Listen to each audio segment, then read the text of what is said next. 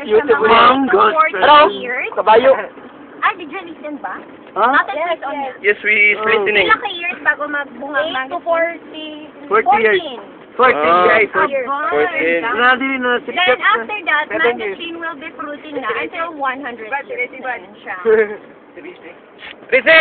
Nagkakasagbot!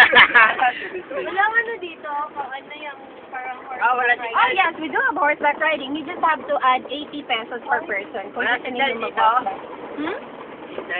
Signal? Go. Hindi yung mahirap. May mga dead spot kasi sa area. Spot.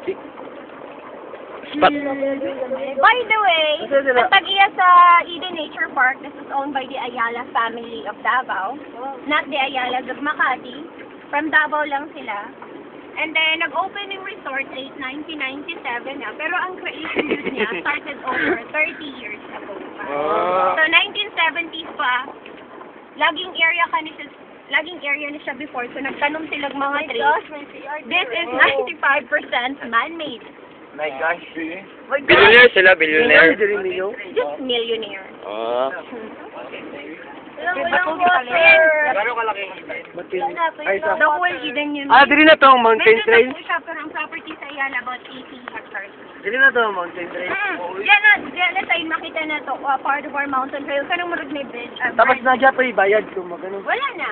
We'll just provide you a map. Tagaan lang mo na mag-map, then you can go on your own na. Mawala That's part of our mountain trail. Kung mawala, Pwede mo matulog No, you won't get lost.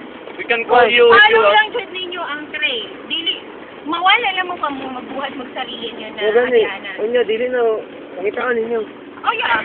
Pagsaon mo na. Kung makita ka, kung makita. Kumakaon ka kisdalo ha. Or nakumabitin. Kung mag-hiking mo dito, actually, that would only take you 1 up to 2 hours lang. Or kung alad mo maglakaw, mga isa lang ka oras, kumana ang trail. 4 kilometers lang man siya. Maintenance free, nakatravel ka ganit. 4 kilometers lang. Yep. Wala na kaabot to gano'n, wala. That's our campsite 1. Di If kabot, ever eh. gusto nyo mag-camping, Lakat lang to. May mga na-provide tao na nila nila. mga tent May mga tao na nila. sa campsite. Pero wala pa yung nag-camping. Last weekend na.